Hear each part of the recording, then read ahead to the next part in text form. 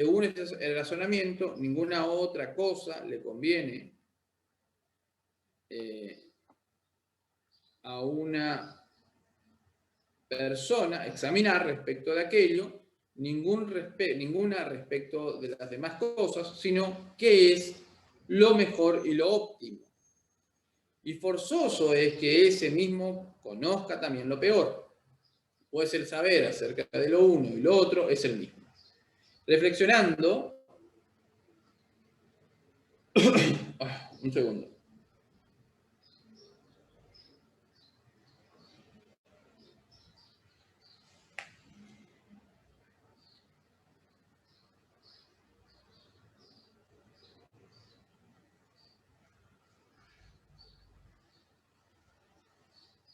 Bien, perdón. Sí. Y forzoso es que este mismo conozca también lo peor. Pues el saber acerca de lo uno y lo otro es el mismo. Reflexionando esto, creía, muy contento, que ya había encontrado un maestro de la causalidad respecto de lo existente de acuerdo con mi inteligencia, Anaxágoras.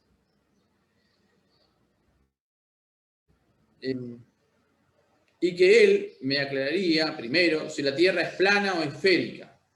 Digamos, esto de que la Tierra es esférica y que eso se plantea, digamos, en el siglo XVI, XVII, es mentira, digamos. Desde el siglo IV, siglo V, los griegos ya habían considerado la posibilidad de que la Tierra sea esférica y que inclusive si la Tierra estaba o no en el centro del universo era algo que ya se planteaba en ese tiempo. Y había teoría, Aristóteles en un primer momento había pensado eso, digamos que la Tierra estaba que no era la Tierra que estaba en el centro del universo, sino el Sol, por ejemplo. Pero el texto en el cual él dice eso se perdió, tenemos solamente fragmentos, y ha quedado otros textos de la física en la cual propone la otra teoría, ¿no? Seguimos entonces. Y luego de aclarármelo, me explicaría la causa y la necesidad, diciéndome lo mejor y por qué es mejor que la Tierra sea de tal forma. Y si afirmaba que ella está en el centro, explicaría cómo le resultaba mejor estar en el centro. Y si me demostraba esto, estaba dispuesto a no sentir ya ansias de otro tipo de causa. Y también estaba dispuesto a informarme acerca del Sol y de la Luna y de los demás astros, acerca de sus velocidades respectivas y sus movimientos y demás cambios. ¿De qué modo le es mejor a cada uno hacer y experimentar lo que experimenta? Pues jamás habría supuesto que tras afirmar que eso está ordenado por la inteligencia, se les adujera cualquier otra causa, sino que lo mejor es que esas cosas sean así como son. Así que al presentar la causa de cada uno de esos fenómenos y en común para todos, creía que explicaría lo mejor para cada uno y el bien común para todos. Y no habría vendido por mucho mis esperanzas, sino que tomando con ansias en mis manos el libro, me puse a leerlo lo más aprisa que pude, para saber cuanto antes lo mejor y lo peor. ¿Sí? Es decir, si me convence las causas de Anaxágoras, bueno, me voy a quedar con estas causas y no voy a pedir otras, es decir, no voy a buscar otras, con estas ya me quedo como satisfecho. Así que él, ¿qué hizo? Fue a comprar el libro de Anaxágoras y empezó a leerlo. A ver, que le instruya al maestro Anaxágoras. Pero, ¿qué le pasó a Sócrates? Lo siguiente. Pero de mi estupenda esperanza, amigo mío, salí defraudado. Cuando al avanzar y leer veo que el hombre no recurre para nada a la inteligencia ni le atribuye ninguna causalidad en la ordenación de las cosas, sino que aduce como causas aires, éteres, aguas y otras muchas cosas absurdas. Me pareció que había sucedido algo muy parecido a como si uno afirmara que Sócrates hace todo lo que hace con inteligencia y luego al intentar exponer las causas de lo que hago, perdón, dijera que ahora estoy aquí sentado por esto, porque mi cuerpo está formado por huesos y tendones, y que mis huesos son sólidos y tienen articulaciones que los separan unos de otros, y los tendones son capaces de contraerse y distenderse, y envuelven los huesos juntos con las carnes y la piel que los rodea. Así que al balancearse los huesos en sus propias coyunturas, los nervios al relajarse y tensarse, a su modo hacen que yo sea ahora capaz de flexionar mis piernas, y esa es la razón por la que estoy yo aquí sentado con las piernas dobladas. ¿Qué quiere decir esto? Se decepcionó Sócrates de Anaxágoras porque a la hora de explicar cómo son las cosas, uno esperaría que el nous sería la respuesta última, así que la inteligencia sea la respuesta última de por qué las cosas son como son y que explique, en última instancia, por qué es mejor que sea de esta manera y no de otra. Pero a la hora de leer se encuentra de que en realidad cuando Anaxágoras intenta explicar las cosas, intenta explicar el ordenamiento de la realidad, no acude a la inteligencia, acude a una visión que en filosofía se llama una visión mecanicista, materialista. ¿Sí? Esta versión mecanicista, materialista,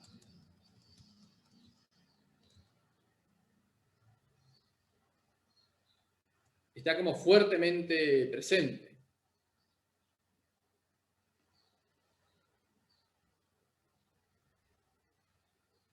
Dentro de la filosofía, ¿no?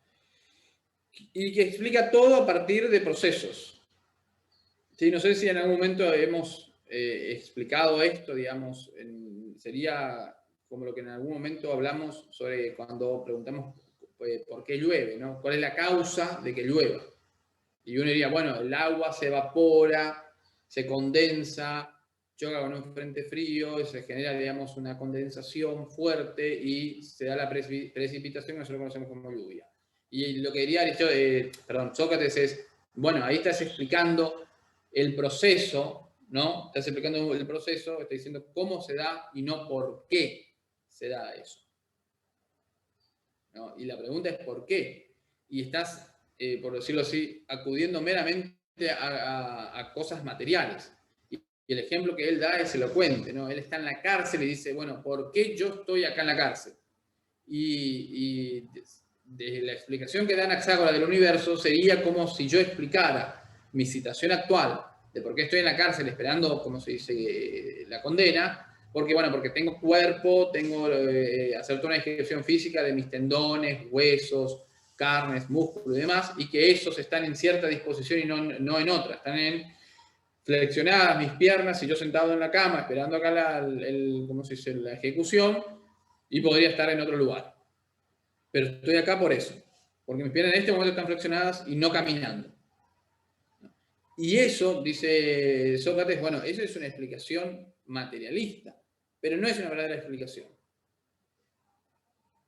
¿Se entiende esto? ¿Alguien que no haya captado el sentido de esta última parte?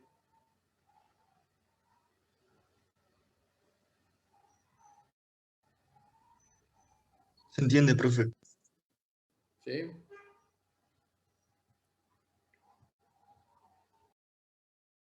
Para llevarlo, digamos, en un sentido más cercano, uno diría, ¿cuál es la causa de que ustedes estén ahora sentados frente a la computadora teniendo una clase a las 7 y casi 8 de la mañana? Y uno no podía explicar eso porque, bueno, porque tienen huesos, articulaciones, y que sus articulaciones están flexionadas y hace que ustedes estén sentados. Es no es una buena explicación.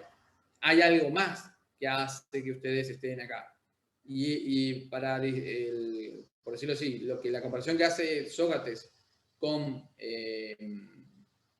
Anaxágoras es que Anaxágoras dice, bueno, la naturaleza está ordenada por una inteligencia. A la hora de explicar por qué, digamos, o cómo se da ese ordenamiento, él no acude a la inteligencia, sino acude a todas las cuestiones físicas, a descripciones físicas. Entonces sería, ustedes actúan con inteligencia a la hora de estar frente a la pantalla, ¿no? ¿Y cómo sucede eso? Y bueno, sucede porque tienen huesos, articulaciones, y esas articulaciones están dobladas, flexionadas, y están sentados frente a la computadora. Bueno, no es una buena explicación. A eso yo no le puedo entender como una explicación por la inteligencia. No puedo decir que porque tengo cierto físico y ese físico está, por decirlo así, en cierta disposición, no puedo decir que eso es actuar con inteligencia. ¿Se entiende esto? Bien, seguimos un poquitito más entonces. Así que al balancearse los huesos en sus propias coyunturas, los nervios relajarse y tensarse a su modo, hacen que yo sea ahora capaz de flexionar mis piernas, y esa es la razón por la que estoy yo aquí sentado con las piernas dobladas. Y a la vez, respecto de que yo dialogue con vosotros, diría otras causas por el estilo, aduciendo, sonidos, soplos, voces y otras 1000 cosas semejantes, descuidando nombrar las causas de verdad, que una vez que a los atenienses les pareció mejor condenarme a muerte, por eso también a mí me ha parecido mejor estar aquí sentado, y más justo aguardar y soportar la pena que me imponen. ¿Sí? ¿Se entendió esto? Es decir, básicamente estoy diciendo, no, el hecho de que yo esté acá, sentado, esperando la pena, no es porque tenga un cuerpo y mi cuerpo esté en cierta disposición, sino que yo he decidido, hay una decisión libre, y eso me ha parecido que es lo mejor. ¿Sí? Dice después Sócrates, porque por el perro, según yo opino, hace ya un tiempo que estos tendones y estos huesos estarían en Mégara o en Beocia, arrastrados por la esperanza de lo mejor. Si no hubiera creído que es más justo y más noble soportar la pena que la ciudad ordena, cualquiera que sea, antes que huir y desertar. Pero llamar causas a las cosas de esa clase es demasiado absurdo. Si uno dijera que sin tener cosas semejantes, es decir, tendones y huesos y todo lo demás que tengo, no sería capaz de hacer lo que decido, diría cosas ciertas. Sin embargo, decir que hago lo que hago a causa de ellas, y eso al actuar con inteligencia y no por la elección de lo mejor, sería un enorme y excesivo abuso de expresión. Lo que está haciendo acá Sócrates es presentando la diferencia entre la aitía,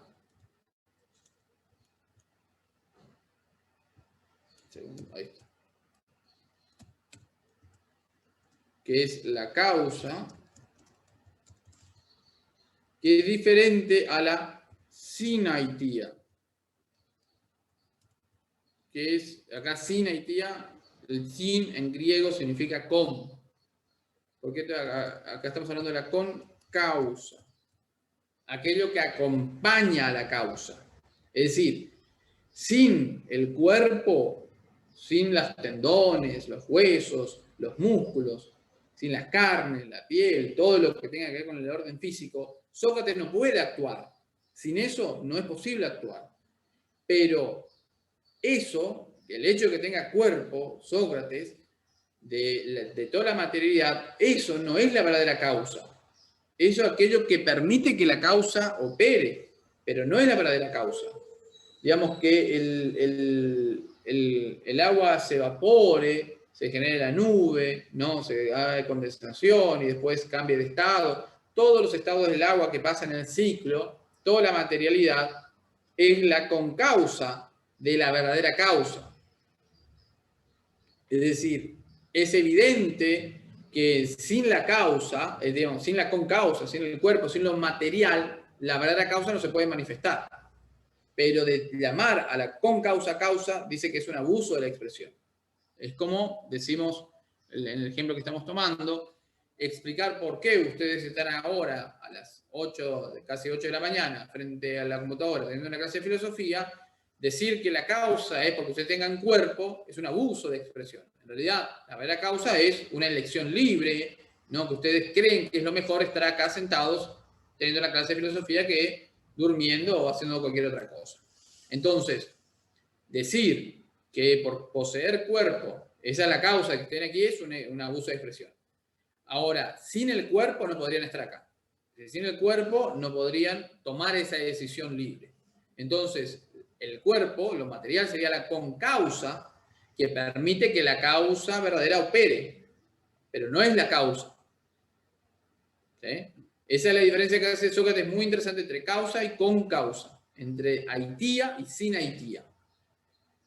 ¿Se entendió esto?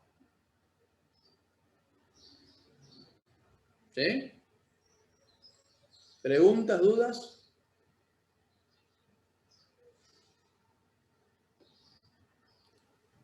Profe, ¿Sí? por ahí no sé si me quedó muy claro, pero lo con causa sería cómo suceden las cosas, o sea, cómo sucede la causa, los pasos que llevan a que eso suceda, o algo No, así. más que la causa sería la materia, el sustrato material en el cual la causa se manifiesta, ¿no? En su caso, digamos, usted está ahora en este momento y podemos decir que la verdadera causa de que usted esté aquí es una elección libre, que usted eligió esto porque considera que es lo mejor. Es decir, porque entre todas las cosas que podría estar haciendo ahora, usted eligió esto. Y lo hizo porque esto considera que usted que es lo mejor. Sí, acá lo mejor puede interpretarse como lo correcto, lo mejor, lo que es beneficioso. Y ahora, la concausa que acompaña a esa decisión libre es que usted tenga toda la materialidad, ¿no? Que tenga cuerpo, que tenga articulaciones, huesos, todo eso es por decirlo así, lo que permite que usted tome esa decisión. Si usted no tuviera cuerpo, no podría su alma o su inteligencia, su voluntad tomar la decisión. Necesita del cuerpo para tomar la decisión. Pero que su alma necesite de un cuerpo para tomar esta decisión, no convierte al cuerpo en la causa última. La causa es su decisión libre. La concausa es aquello que acompaña a la causa y que permite que la causa se dé. ¿Sí? ¿Se entendió un poquito mejor? Sí, sí, gracias. Bien, ¿alguna duda más? ¿Alguien no captó esto?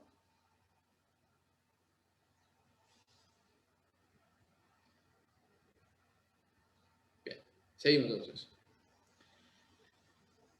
A esto me parece que los muchos que andan a tientas como en tinieblas, adoptando un nombre incorrecto, lo denominan como causa. Por este motivo, el uno implantando un torbellino en torno a la tierra hace que así se mantenga la tierra bajo el cielo, en tanto que otro como a una ancha artesa le pone por debajo como apoyo el aire. En cambio, la facultad para que estas mismas cosas se hallen dispuestas del mejor modo y así estén ahora, esa ni la investigan ni creen que tenga una fuerza divina, sino que piensan que van a hallar alguna vez un Atlante más poderoso y más inmortal que este y que lo abarque todo mejor. Y no creen para nada que es de verdad el bien y lo debido lo que cohesiona y mantiene todo. Pues yo, de tal género de causa, de cómo se realiza, habría sido muy a gusto discípulo de cualquiera, pero después de que me quedé privado de ella y de que no fui capaz yo mismo de encontrarla ni de aprenderla de otro, dijo, ¿quieres, Cebes, que te haga una exposición de mi segunda singladura en la búsqueda de la causa en la que me ocupé? Acá hay un corte en el texto. Acá podemos decir, todo lo que estuvimos leyendo de este punto hacia arriba, lo que hemos leído a partir del 96A hasta este punto, podríamos decir, hay como una descripción del Sócrates histórico. Podríamos tener como muchos elementos para indicar eso. Pero de aquí en adelante pareciera que el Sócrates histórico ya no está presente y lo que aparece ahora es el Sócrates personaje del diálogo, máscara, portavoz de Platón. Lo que viene pareciera que ya no es propio de Sócrates, sino que es más bien lo propio de Platón. Lo de Anaxágoras y todo el resto pareciera que sí, es algo de Sócrates. ¿Sí? Y acá cuando dice la exposición de mi segunda singladura, singladura significa, básicamente, es un término náutico que se refiere a la navegación. Es la segunda navegación de Sócrates. En este caso, Sócrates es ya personaje. ¿Qué significa, digamos, la segunda singladura, la segunda navegación? Y tiene que ver con la primera singladura, la primera navegación, es cuando el barco, el tirreme, en griego, por ejemplo, o el staso, que son como las naves que utilizaban los griegos, ampliamos las velas y dejamos que el viento nos arrastre, ¿no? Tenemos viento a favor, ampliamos las velas y el viento nos lleva. ¿Sí? Esa es la primera navegación, que es muy fácil, es mucho más sencillo porque nos dejamos llevar por el viento. Tenemos que avisar las velas y no hay problema. Pero cuando no hay viento a favor y cuando tenemos viento en contra, lo que tenemos que hacer es, bueno, recoger las velas y empezar a hacer el trabajo, digamos, empezar a movernos en la embarcación con los remos. Esa segunda navegación es una navegación mucho más dificultosa, porque ya no tenemos viento en contra, entonces tenemos que sacar las velas y empezar a remar.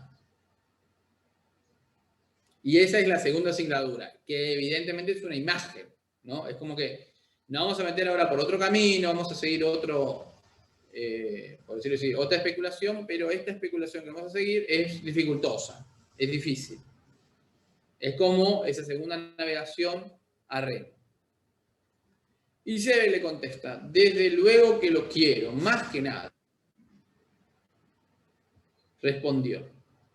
Me pareció entonces, dijo él, después de eso, una vez que hube dejado de examinar las cosas, que debía precaverme para no sufrir lo que los que observan el sol durante un eclipse sufren en su observación. ¿Qué les pasa a las personas que miran directamente el eclipse?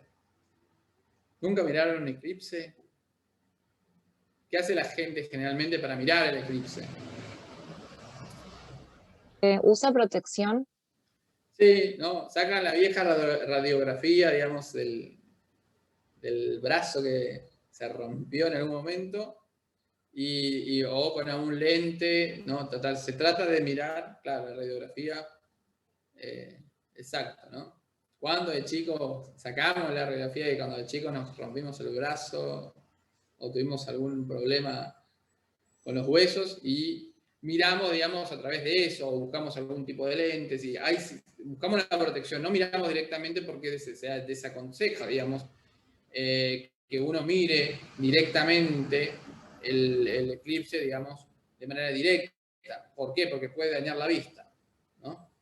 Entonces, acá dice, usa como esa metáfora Platón, el personaje Sócrates, para decir, bueno, no vamos a mirar directamente la realidad, porque eso puede dañar nuestra vista. Repito otra vez el párrafo, dice, me pareció entonces, dijo él, después de eso, una vez que hube dejado de examinar las cosas, que debía precaverme de no sufrir lo que los que observan el sol durante un eclipse sufren en su observación, pues algunos se echan a perder los ojos a no ser que en el agua o en algún otro medio semejante contemplen la imagen del sol. Yo reflexioné entonces algo así y sentí temor de quedarme completamente ciego de alma al mirar directamente las cosas con los ojos e intentar captarlas con todos mis sentidos.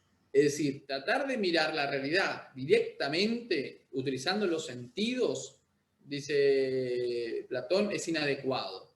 Y puedo quedarme ciego, ¿no? Es como que puedo no captar la realidad. Opiné, pues, que era preciso refugiarme en los conceptos. Acá la palabra que utiliza Platón en griego es la palabra logoi.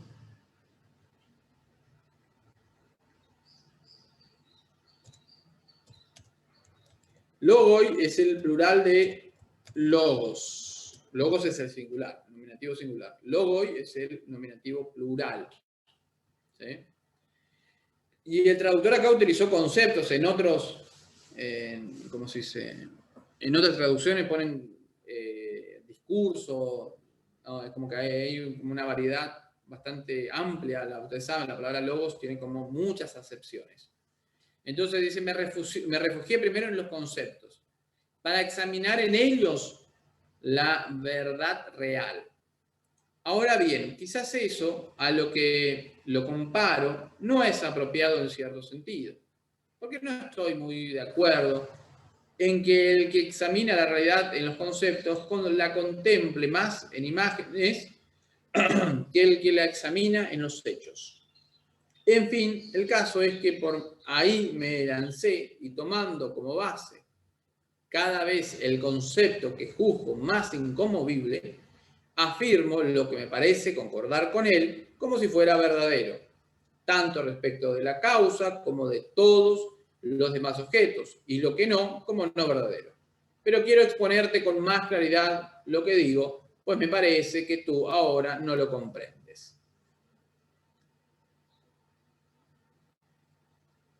Vamos, todo esto es la explicación sintética de lo que después, no se preocupen, va a seguir explicando, pero lo que nosotros vamos a llamar el procedimiento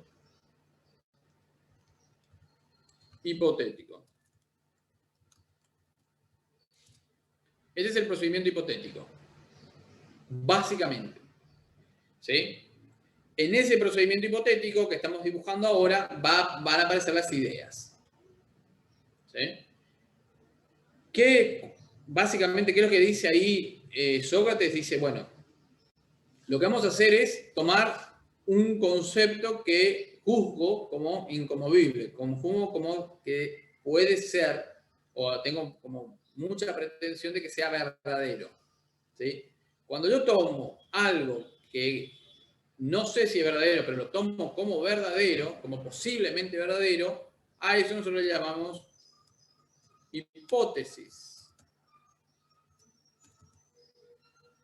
Es una hipótesis, ¿sí? Una hipótesis es una posible respuesta a una pregunta, ¿no? Que en las investigaciones generalmente se da. Acá es algo que se considera como verdadero, y eso se considera como verdadero, va a ser respuesta de algo, ¿no? Pero que no sé si es verdadero. Es una hipótesis. Es un concepto que juzgo más inconmovible. Afirmo lo que me parece concordar con él como si fuera verdadero. Como si fuera, no que es verdadero. Porque la hipótesis siempre, digamos, es algo que puede ser verdadero, pero no sé si es verdadero.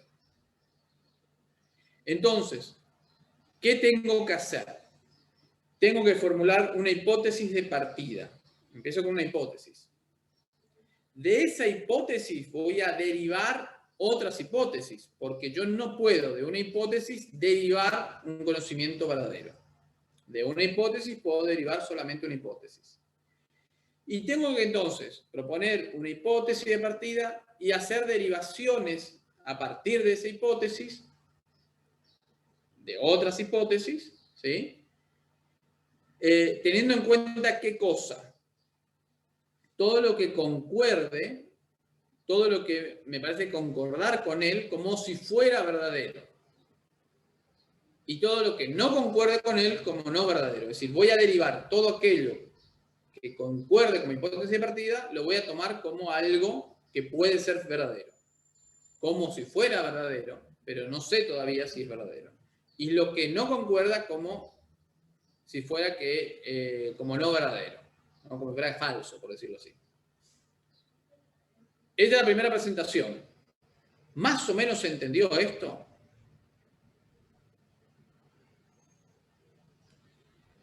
Por suerte, ahí nuestro amigo Cebes dice, cuando Sócrates le dice, pero quiero exponerte con más claridad, lo que digo, pues me parece que tú ahora no lo comprendes. Y el amigo Cebes dice, no, por Zeus, no del todo. Entonces le da el pie para que siga explicando Sócrates. Profe, una pregunta. Sí, Entonces, el procedimiento hipotético lo tomamos como parte, ¿no?, de lo que pensaba Platón, no de Sócrates, ¿no? Así es. sí, esto podríamos decir es plenamente platónico. Ah, ok. Es más, nosotros vamos a ver, digamos, esta presentación del método hipotético lo vamos a ver y lo vamos a contrastar con lo que aparece en la República, que es otro, por decirlo así, se aparece otro procedimiento hipotético, digamos, podríamos decir es el mismo, pero que tiene otros elementos, que cambia. Nosotros vamos a hacer esa comparación entre el método hipotético, el procedimiento hipotético en el Fedón y en la República. Gracias. Bien. Voy entonces a intentar explicarte el tipo de causa del que me he ocupado y me encamino de nuevo hacia aquellos acertos tantas veces repetidos y comienzo a partir de ellos, suponiendo que hay algo que es lo bello en sí, lo bueno en sí y lo grande en sí. Y todo lo demás de esa clase. Aquí aparece por primera vez las ideas con ese estatus. ¿Cuáles son las tres ideas que aparecen? Lo bello en sí, lo bueno en sí y lo grande en sí. Si no aparece ninguna idea de sustancia, de, por decirlo así, de árbol, hombre, caballo, aparece lo bello en sí, lo bueno en sí y lo grande en sí. ¿Qué quiere decir lo bello en sí? Está en neutro. Lo bello en sí es como la belleza. Es una realidad que no depende de otra cosa. Por eso es en sí. Que no depende de otra cosa que tiene su sustancia en sí misma. Ese concepto usía que después va a tomar Aristóteles. Y vean que no dice que existe lo bello en sí. Dice, puede llegar a existir. Suponiendo que hay algo que existe, lo bello en sí, lo bueno en sí, lo grande en sí. Es decir, lo toma como hipótesis.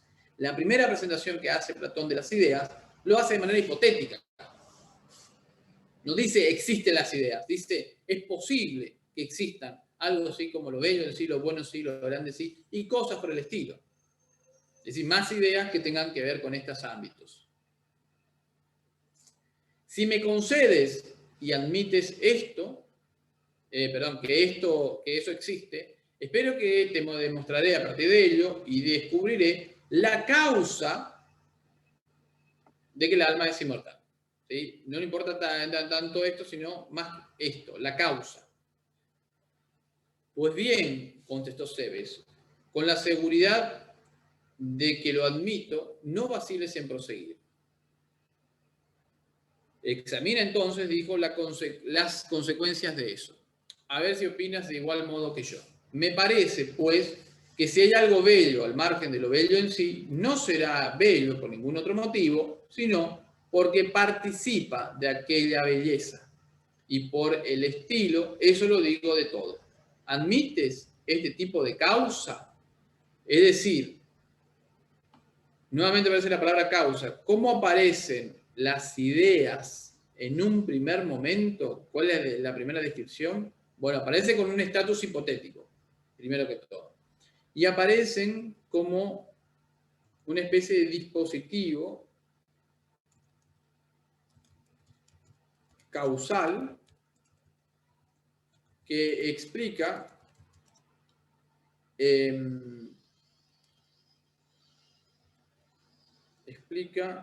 la presencia, podemos decirlo así,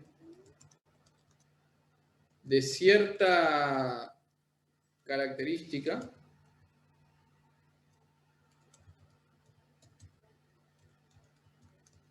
en un particular sensible. Es decir, las ideas son presentadas como causas, como aitía. Es un dispositivo causal que explica la presencia de cierta característica. Por ejemplo, ¿por qué una cosa es bella? Y porque participa, tiene la presencia de la belleza en sí. Entonces, la belleza en sí sería la causa de la que una cosa sea bella. Entonces, esta búsqueda de la causa, que nosotros veíamos en un primer momento, de la causa, por decirlo, final, que buscaba Platón, que se ve defraudado con, como se dice, con Anaxágoras, ahora estamos en presencia de la causa formal. Formal acá no quiere decir, acá tiene que ver con la forma, pero no tiene que ver con la figura. Formal tiene que ver con la esencia de algo. Con lo que hace que esa cosa sea eso y no otra cosa. Así, básicamente es la causa de por qué una cosa es bella y no fea. De por qué una cosa es grande y no chica. O una cosa es, por decirlo así, buena y no mala.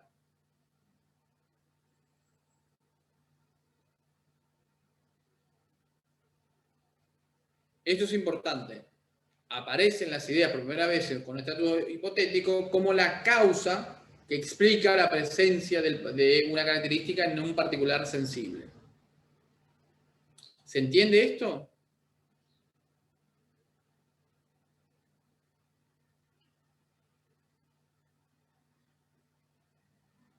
¿Dudas, preguntas?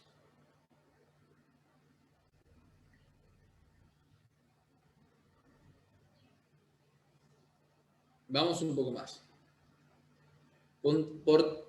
Ahí me pasé de hoja. Ahí está. Por tanto, prosiguió, ya no admito ni puedo reconocer las otras causas, esas tan sabias, con que si alguien afirma que cualquier cosa es bella, o porque tiene un color atractivo, o una forma, o cualquier cosa de ese estilo, mando a paseo todas las explicaciones, pues me confundo con todas las demás.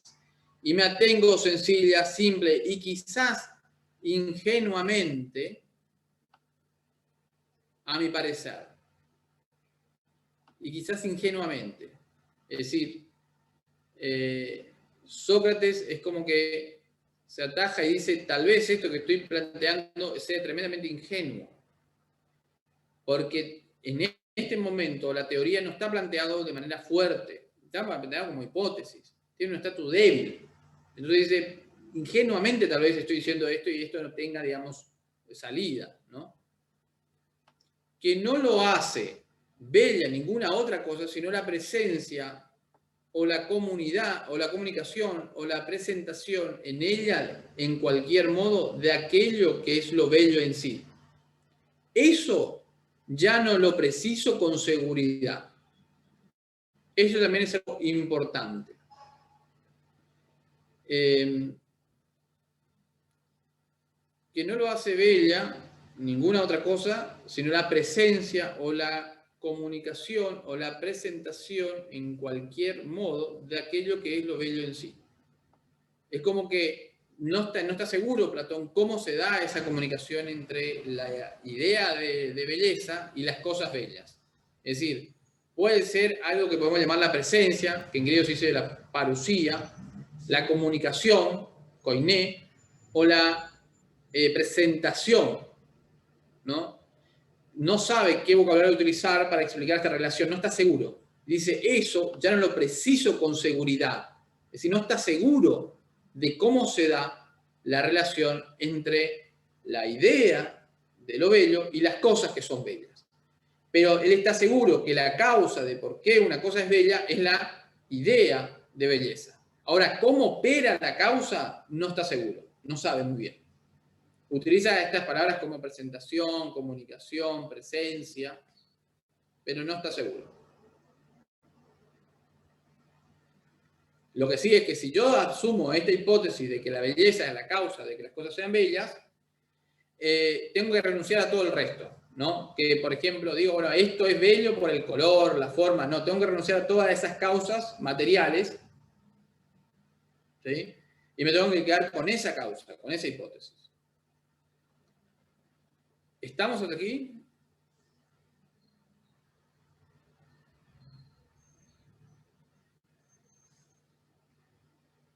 ¿Sí? Seguimos entonces. Sí, profe.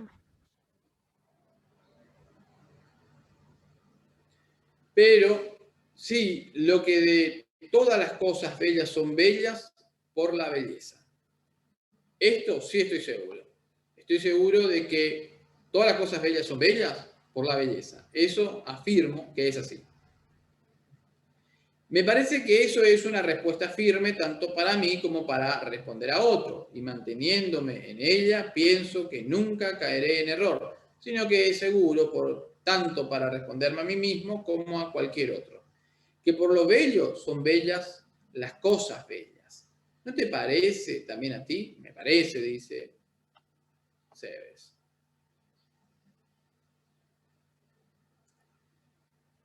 Y, por tanto, por la grandeza son grandes las cosas grandes y las mayores son mayores, y por la pequeñez son las pequeñas pequeñas. Sí.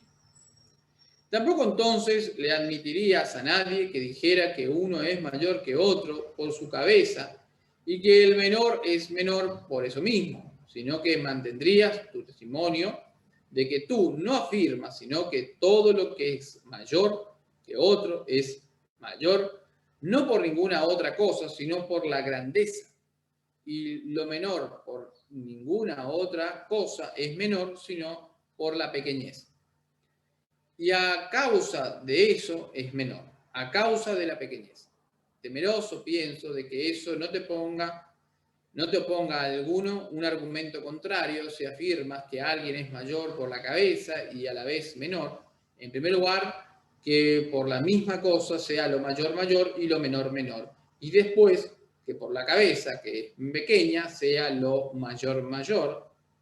Y eso resulte ya monstruoso, que por algo pequeño sea alguien grande. O no puedes temer tal cosa. Y Cebes, riendo, contestó, yo sí. ¿Qué quiere decir aquí, en este lugar? La causa de por qué las cosas son lo que son tiene que ver en última instancia en esta participación por las ideas.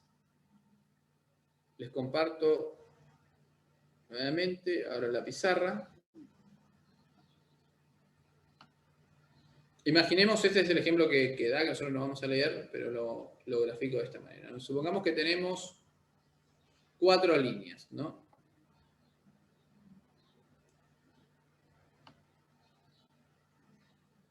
Esto, ahí.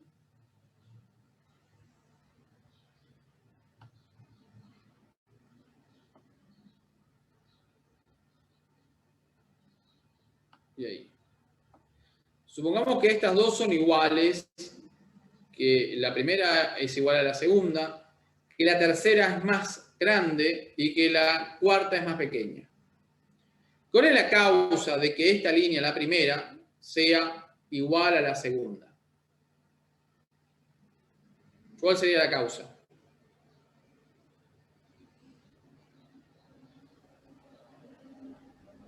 ¿Miden lo mismo? Miden lo mismo, ¿Medida pero igual? es decir, miden igual el tamaño, podríamos decirlo así, digamos, entendiendo el tamaño como la medida, ¿no? Pero utilicemos por ahí la palabra tamaño solamente para referirnos, así se refiere al texto, entonces por ahí podemos entenderlo. Entonces, la medida, el tamaño, es la causa de que éste tenga, digamos, esa relación de igualdad con esta otra vara. Pero ese mismo tamaño, podríamos aducir, es la causa de que esta otra varilla sea más grande, entonces esta se transforma en algo más chico. Y ese es ese mismo tamaño lo que transforma a esta primera varilla en más grande con referencia a la tercera, ¿no? La tercera varilla que es, a la cuarta, perdón, que es más pequeña. Entonces, esta varilla tendría una misma causa, ser el tamaño, ¿no? Este grandor, o esta medida, sería la causa de lo igual de lo más grande, o lo más pequeño en realidad, en referencia a él, y lo más grande. Una misma causa generaría tres características contrarias: lo igual, lo más grande y lo pequeño. ¿Se entiende esto? Y eso para Platón es algo monstruoso, que una misma cosa genere, por decirlo así, tres contrarios, tres características que son contrarias. Entonces, para Platón, esa no puede ser la explicación de por qué algo es más grande. Va a usar después el ejemplo dice, se va a comparar con Cebes, Simias y él, ¿no? Dice, Cebes, por una cabeza, es más grande que Sócrates, pero Simias es más grande que Cebes. Y la causa de por qué Cebes es más grande que Sócrates es su cabeza. De su cabeza sobresale la de Sócrates. Pero a la vez, su misma cabeza es lo que hace que sea más pequeño que Simias. Entonces, la cabeza sería, el físico, ¿no? La cabeza en tanto tamaño, sería la causa de que sea más grande que Sócrates, pero a la vez es la causa que sea más pequeño que Simias. Por lo tanto, una misma cosa generaría, por decirlo así, dos cuestiones contrarias. ¿Se entendió esto? Sí, se entendió. ¿Sí? ¿Cuál es la explicación que da Platón entonces a esto? Y bueno, en realidad lo grande es grande en sí mismo. Es decir, lo grande no tiene un aspecto pequeño. Lo grande es grande, dice Platón. Pero las cosas en el ámbito sensible son cosas que están imperfectamente siendo, ¿no? Entonces, las cosas pueden soportar dos características contrarias porque ellos son contradictorios, porque están cambiando, están pasando del ser al no ser continuamente. Entonces, lo que va a decir, por decirlo así, Platón es que una cosa es grande porque participa de lo grande. Y esa misma cosa es pequeña porque participa de lo pequeño. Pero lo pequeño es pequeño en sí mismo y lo grande es grande en sí mismo. ¿Esa cosa es lo pequeño? No, esa cosa es algo que participa de lo pequeño. Y esa cosa a la vez es algo que participa de lo grande. Las cosas sensibles pueden participar de dos cosas, de dos ideas, porque no subsumen la totalidad de esa idea. Una botella no es lo absolutamente pequeño, es algo que es pequeño, que tiene la característica de lo pequeño. Y lo pequeño nunca puede ser grande. Lo pequeño es lo absolutamente pequeño, como lo grande es lo absolutamente grande. Así también, vamos a ver, lo grande es un término propio de la matemática. Por decirlo así, el rectangular, la mesa rectangular, es imperfectamente rectangular. No hay una mesa que sea lo rectangular, que sea, por decirlo así, lo perfectamente rectangular. Porque lo perfectamente rectangular es, para Platón, una idea, una realidad plena. ¿Sí?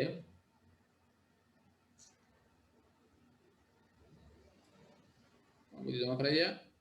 Bueno, llevamos hora y media.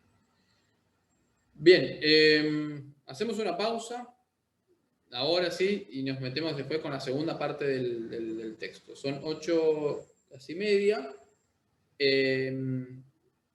Menos cuarto volvemos, ¿sí?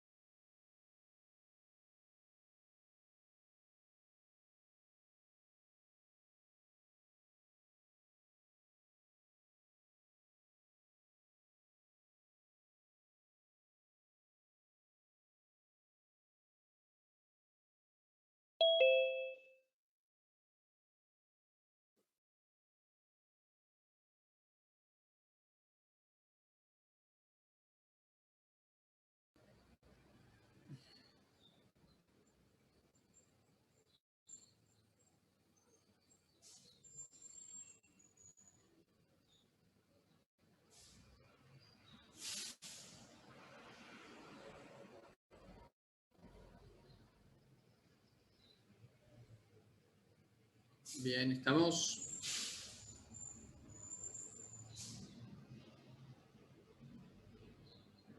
Dije 9:30, ¿no?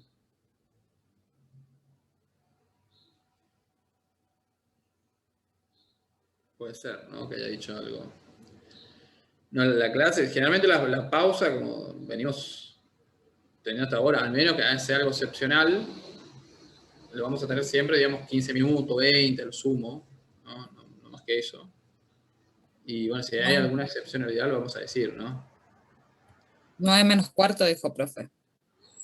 9:45.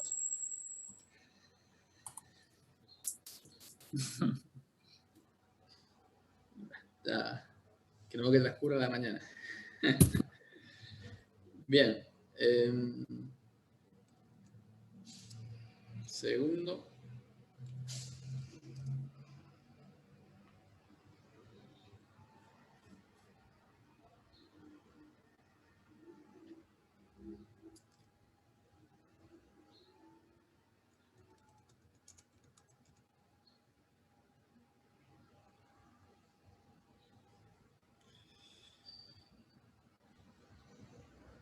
Bien. Vamos a grabar. Vamos a tomar asistencia, ¿sí? Vamos a hacerlo ahora.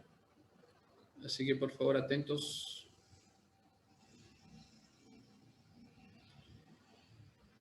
Acosta. Presente. Perdona, hay una Acosta Nazarena Belén y Acosta Sofía. ¿Quién dijo presente? Presente Acosta Sofía. Bien, los dos Acosta están presentes. Sí. Amarilla. Amarilla. ¿No está presente? Está conectada, pero no responde.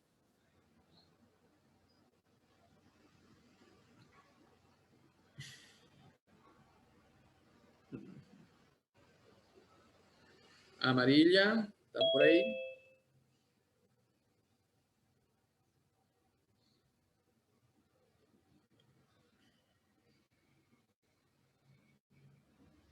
Bueno. Presente. Ascona. Presente. Benedetto. Presente. Benítez. ¿Qué Benítez, profe? Perdón, Agustina. Benítez Agustina. ¿No está? Benítez No. Dana. Benítez Dana. Está conectada, pero no responde.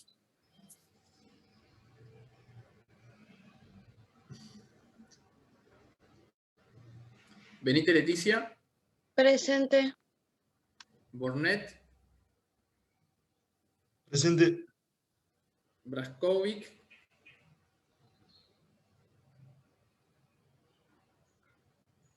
Ingrid. Presente. Cabrera Melina.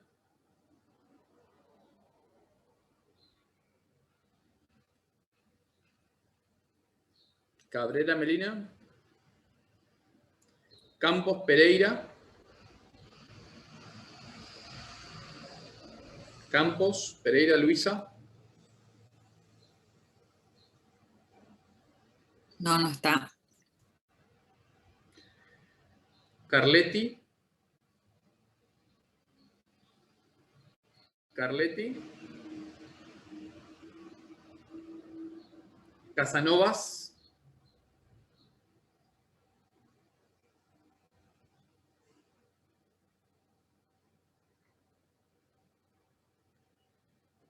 Correa.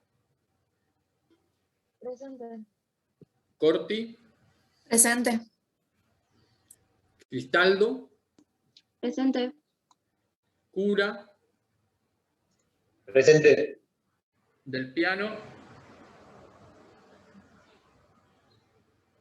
Presente. Duarte Carolina. Presente. Duarte Yamila.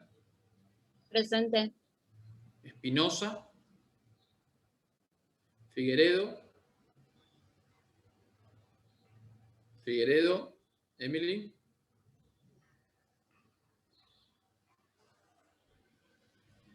Fontana, Presente. Franco, Luciano,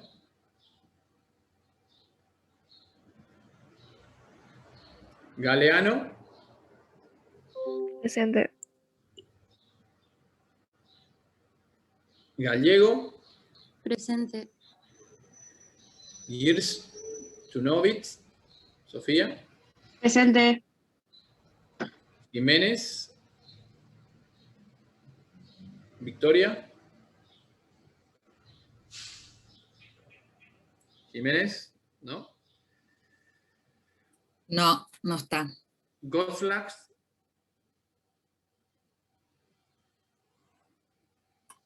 No está Gochal tampoco. Gunther, Presente, profe. Hermosilla,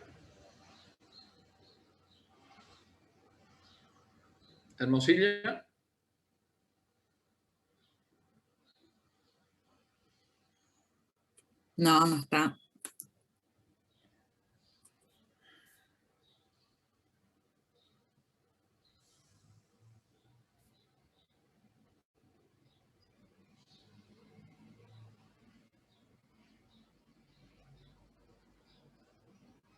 estemos atentos, por favor. Entonces Morcilla no está. Herrera, Presente. Hilbert, Presente. Honestat o Hohenstadt. Mayra, No, no está. No está conectado.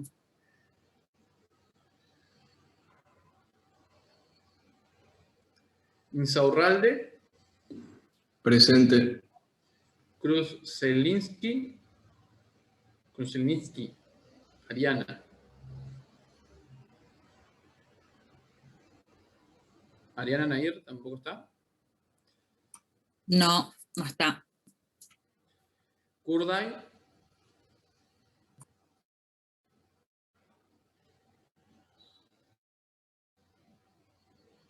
Lencina, Presente. Leonardo, Presente. López,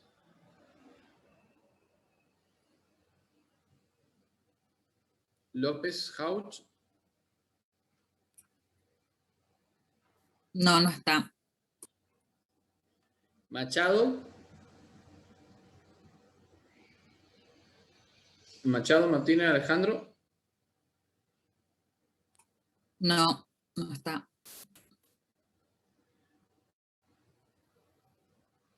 Maciel, Presente, profe. Martínez, Lorenzo, Escribió en el chat. Presente en el chat. Medina,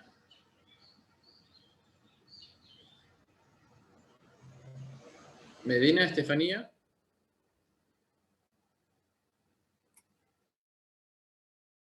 No. Melnik, Presente. Mendoza, Presente. Oberman, Presente. Ocampo Gauna, Sí, presente. Padilla, Agustina, No, no está. Paniagua, Presente. Prete,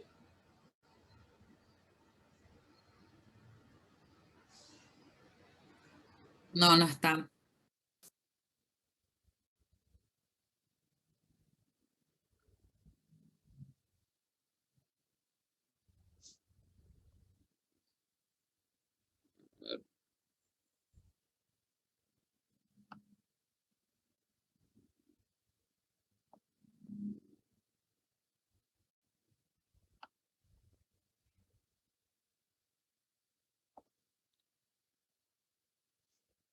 Quirós, Presente.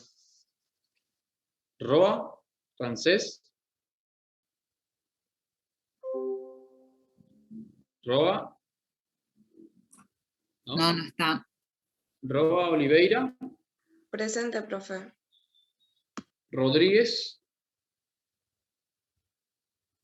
¿Qué Rodríguez, profe? Perdón. Rodríguez Bianca.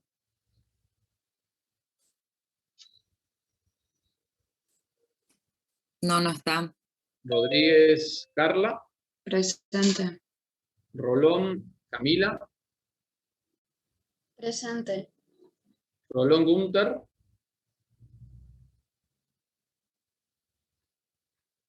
Rolón Gunter, Abril. No, no está.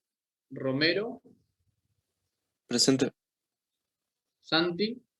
Presente. Schmeck. Magalí.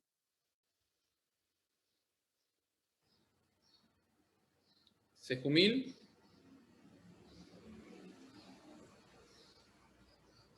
No. Facundo. Semke. Presente, profe. Skalki. ¿Se me escuchó? Sí. Semke presente. Skalki. Presente, profe. Skavinsky. Presente. Smanioto. Presente. Skisato. Stako. Presente, profe. Stelmasuk. Presente.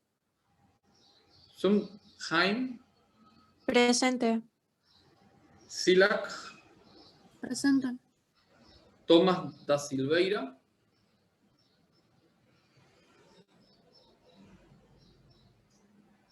Laura. Tomás da Silveira. No. Ella se había dado de baja. Ok. Torres. Presente. Valiente.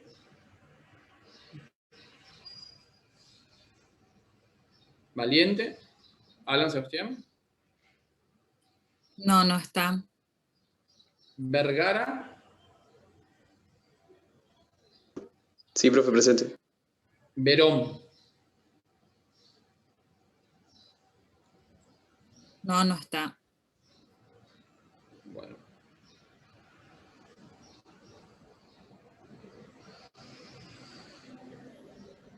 Estamos entonces. Bien. Hasta aquí, preguntas, dudas.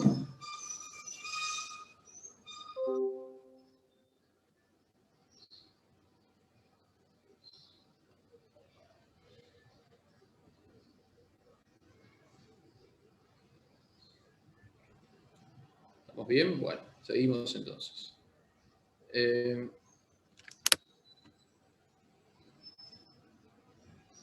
Vamos a la última partecita del texto. Disculpe, profe. ¿Sí? A F tenemos que marcar en el Moodle nomás. Sí. Después yo le pongo Dale, el profe. presente, digamos, cuando ustedes siguen apareciendo en el van a ser así en el SIU, de los días martes. Y según el presente que ustedes pongan acá en el aula virtual, después yo les coloco allá en el otro sistema. Dale, profe, gracias. No se olviden de poner el presente en el aula virtual. Todos, en realidad, no se olviden de poner el presente en el aula virtual, ¿sí? Dale, profe. Bien. Seguimos entonces. Estamos practicando.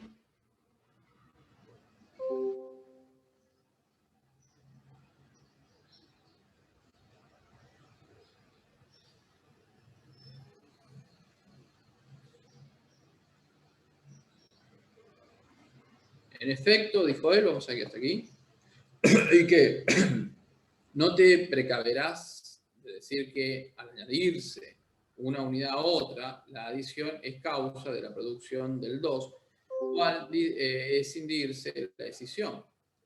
Y a grandes voces,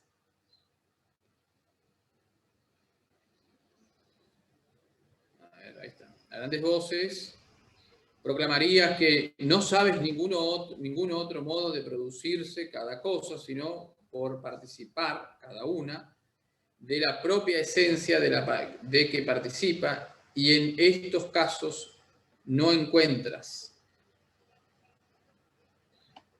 ninguna otra causa del producirse el 2, sino la participación en la dualidad, ¿no?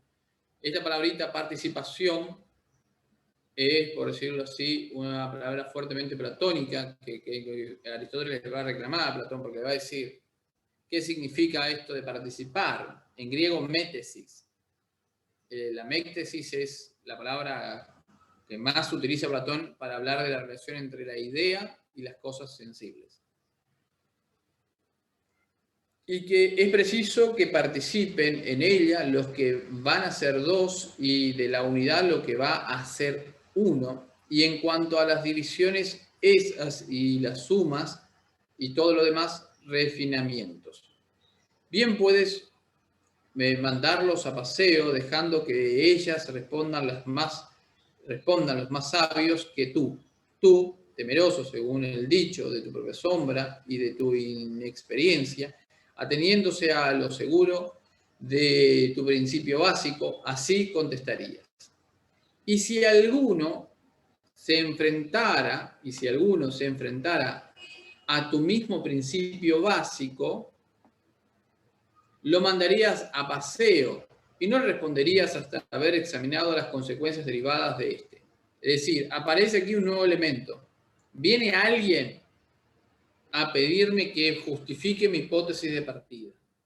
Es decir, cuestiona mi hipótesis de partida y pide que yo, por decirlo así, fundamente mi hipótesis de partida. Es el que viene por decirlo así, a pedirme justificación. Van a ver que después va a aparecer en griego, digamos, se le puede denominar erístico.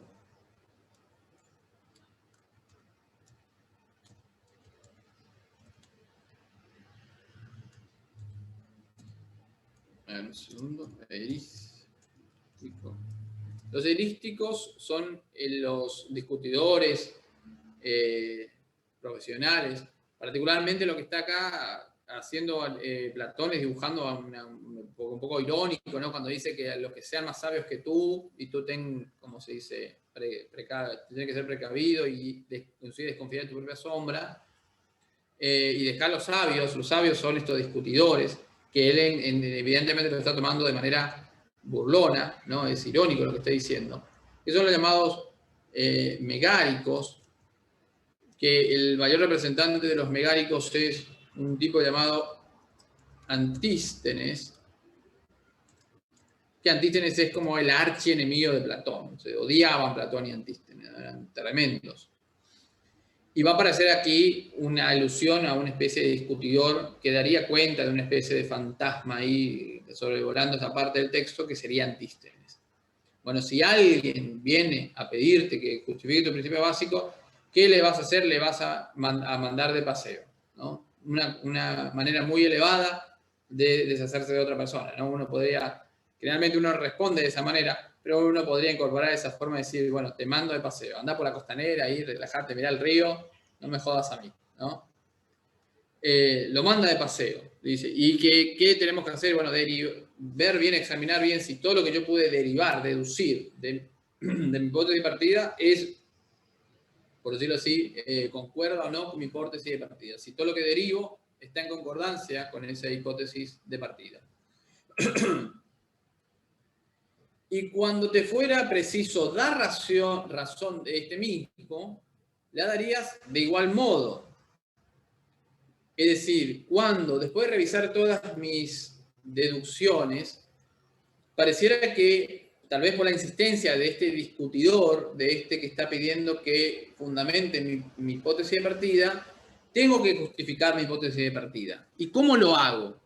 Y lo hago de la siguiente manera. Dice, tomando a tu vez, como principio básico, otro, el que te pareciera mejor de los de arriba, es decir, el que te pareciera mejor de los de arriba. ¿Qué significa de los de arriba serían hipótesis más generales, hipótesis que tienen una generalidad mayor, y esa generalidad, ¿sí?, en última instancia estaría dando cuenta de que mi hipótesis de partida se deriva de esa hipótesis más general. Por eso dice de la más arriba, porque mi hipótesis de partida se desprende, se deriva de esa hipótesis que tiene que ser más general. ¿Por qué? Porque abarca también mi hipótesis de partida. Hasta, dice Platón, que llegaras a un punto suficiente. Y acá está un problema interpretativo enorme. ¿Qué significa ese punto suficiente? Platón no lo explica suficientemente. Y podría ser prácticamente dos cosas. La primera, que ese punto suficiente significa que hemos llegado a una verdad, a un axioma. A ver.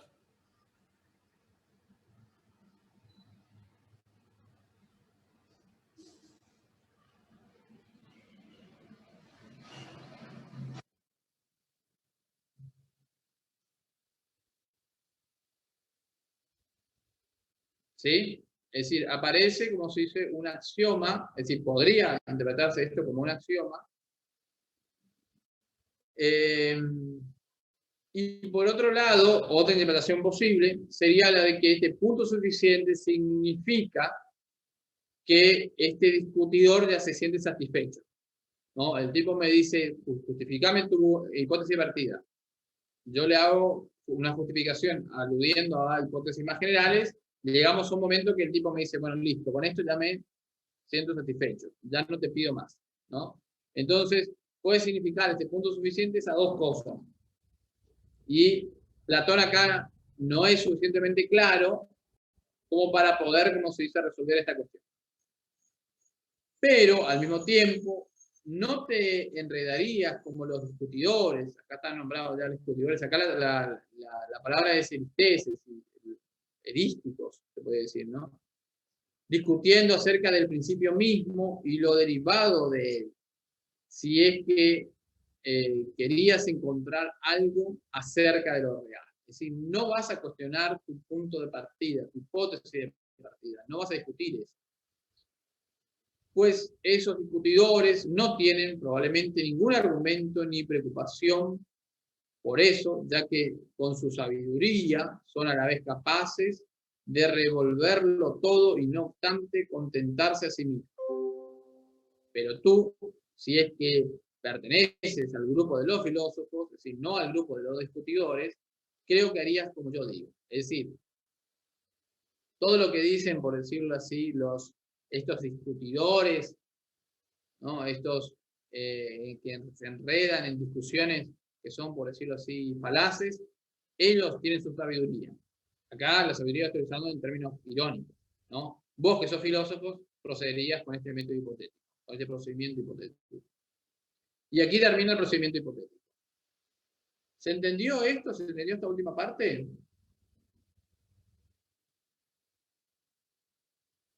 Profe, yo no entendí una cosita. Sí. Cuando hablamos del punto suficiente, ¿no? La primera interpretación era que puede ser que signifique llegar a la verdad. Y la segunda interpretación sería como cuando yo puedo convencer a otra persona. Sí, cuando, digamos, es porque la justificación por decirlo así, la justificación de mi hipótesis de partida viene a cuento de ¿qué? Viene a cuento de intentar, digamos, atender a este pedido de justificación. Entonces sería, en última instancia, que yo pueda atender y acallar, digamos, ese pedido de fundamentación. Entonces, no es convencer a cualquiera, sino convencer como se dice, aquel que, por decirlo así, me pidió que justifique mi hipótesis de partida. Ahora entiendo. Gracias. Les voy a compartir ahora otro esquema que es un poco un esquema que hice como para ¿sí? Graficar esto de una manera. Un segundo. Acá.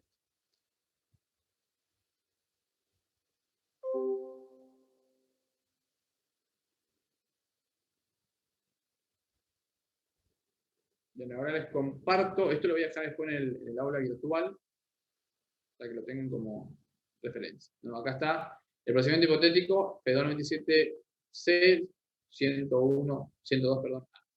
Y sería más o menos esta la lógica. Es decir, partimos, el primer paso, el número 1, partimos de una hipótesis de partida, ¿no? ¿Cuál es la hipótesis que nosotros tenemos? La existencia de lo bueno en sí, la belleza en sí y lo grande en sí, ¿no? Esa sería la hipótesis de partida. ¿Qué tenemos que hacer en el segundo paso? Deducimos acá hipótesis, ¿no? La hipótesis H1, la hipótesis H2, a partir del principio de concordancia. Todo lo que concuerda con mi hipótesis de partida va a ser considerado como si fuera verdadero, si va a ser considerado una deducción hipotética, y así sucesivamente. Pero, tercer paso, llega este discutidor helenístico, llega a pedirme que yo justifique mi hipótesis de partida. Primero dice Sócrates como que no hay que prestar demasiada atención, tengo que revisar mis deducciones, pero en algún momento tengo que justificar mi hipótesis de partida. Entonces, ¿qué hago? Busco una hipótesis más general, que acá está graficado por C1. C1 es una hipótesis más general, de la cual mi hipótesis de partida se deduce de esa hipótesis más general. Y así tengo que ir, digamos, esta C1 es más general que mi hipótesis de partida, y mi hipótesis de partida se deduce de C1, pero yo puedo seguir hacia arriba y buscar una justificación más fundamental en C2, que sigue siendo una hipótesis, de la cual de C2 se deriva C1, que a su vez de C1 se deriva mi hipótesis de partida. Esa cadena de deducciones tengo que buscar, acá le puse solamente 2, como para tener un ejemplo, pero puede ser una cadena mucho más larga, hasta llegar a un punto suficiente que sería el último paso, el cuarto. Pero ese punto suficiente no se sabe qué es. No se sabe si es que se llegó a una verdad autoevidente, es decir, a un axioma. Action, como se dice en griego, significa dignidad, es decir, algo que tiene la dignidad tal que no necesita, por decirlo así, justificación. O, por otro lado, es que ya llegamos a un momento en el cual este erístico se siente satisfecho y dice, bueno, listo, ya está. Lo que con esa hipótesis general, con el C2, con esa hipótesis C2, ya me siento satisfecho y ya no te pido más justificación. Esas serían, digamos, las dos interpretaciones que podemos tener de este punto suficiente. Platón no es claro en el texto. Dice el punto suficiente y no aclara suficientemente a qué se refiere cuando llegamos a un punto suficiente. ¿Se entendió esto?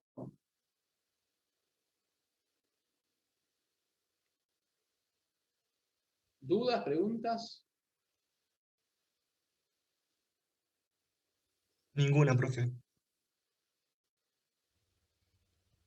Bien. Ok. Bueno. ¿Alguien no captó esto?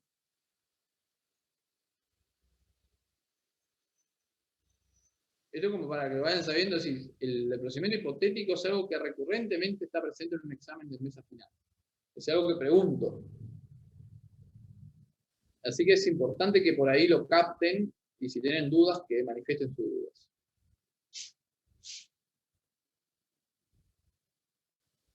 Profe, ¿Sí? hay una expresión en el texto que es por Zeus.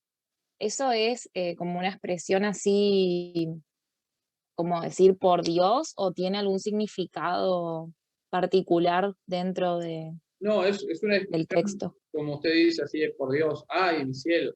¡Oh! Como se dice, los santos, ¿no? ¡Oh, Dios! Cosas así. La única expresión así que llama la atención en el texto es la de por el perro, que es algo propio de Sócrates. Es decir, no hay otra expresión igual en otros textos, digamos, de otros contemporáneos. pareciera que solamente Sócrates decía por el perro, y no se sabe por qué, ¿no? Pero bueno, él decía eso.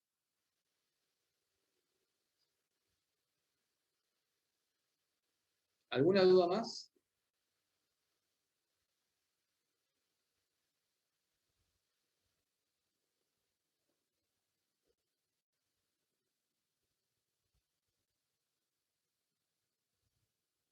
Profe, ¿podría volver a explicar lo de las hipótesis más generales? Porque no terminé de entender la idea. ¿Me podré repetir que no la escuché bien? Sí, podría volver a explicar, por favor, lo de las hipótesis más generales que la hipótesis de partida. Porque no entendí bien a qué se refiere. Por ahí si puede dar un ejemplo o algo. Bien. Básicamente es decir, les comparto otra vez el cuadrito. La hipótesis más generales está en el contexto de tratar de justificar la hipótesis de partida. Es decir, vean que esta justificación de la hipótesis de partidas viene a cuento de que alguien me pide que justifique. Alguien me pide que justifique mi hipótesis de partida, entonces trato entonces de buscar una hipótesis más general de la cual mi hipótesis de partida se deriva.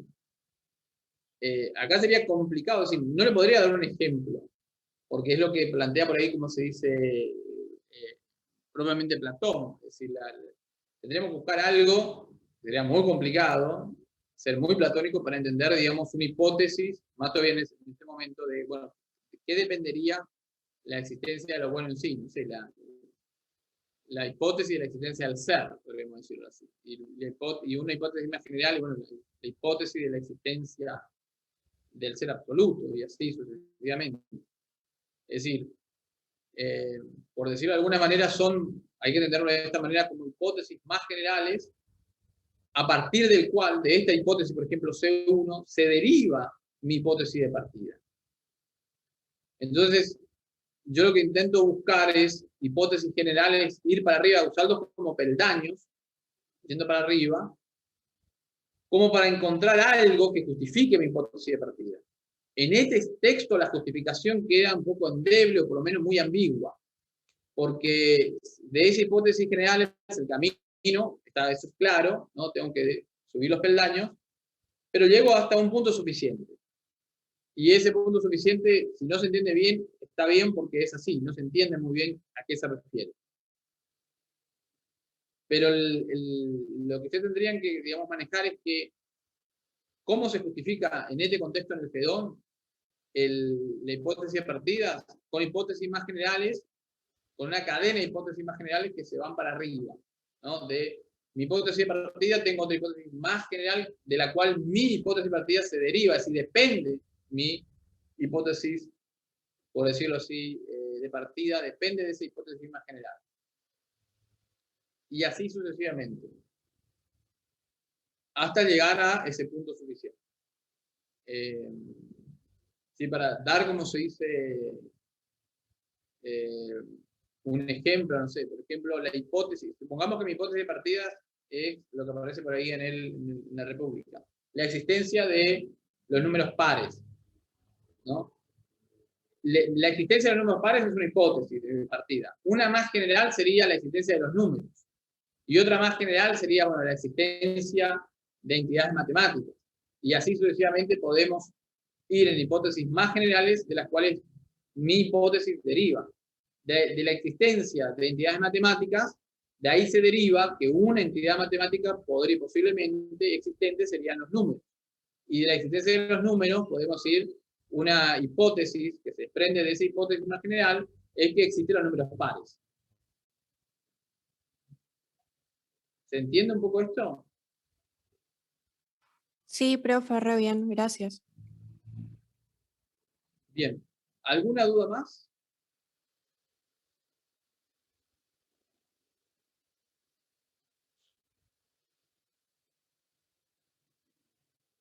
¿No? Ok. Bueno, por hoy lo dejamos hasta aquí. ¿Sí? Dejamos hasta aquí. La semana que viene vamos a ahondar, digamos, en la otra presentación del procedimiento hipotético, que eso va a ser un poco más arduo, va a ser más por decirlo así, amplio, porque nosotros vamos a ver eso en el contexto de 3 alegorías o 3 mitos. Platón lo llama así mitos, que son, uno de los cuales es muy conocido en el libro 5. Nosotros vamos a estar entre el libro 4 y el libro 5 de la República.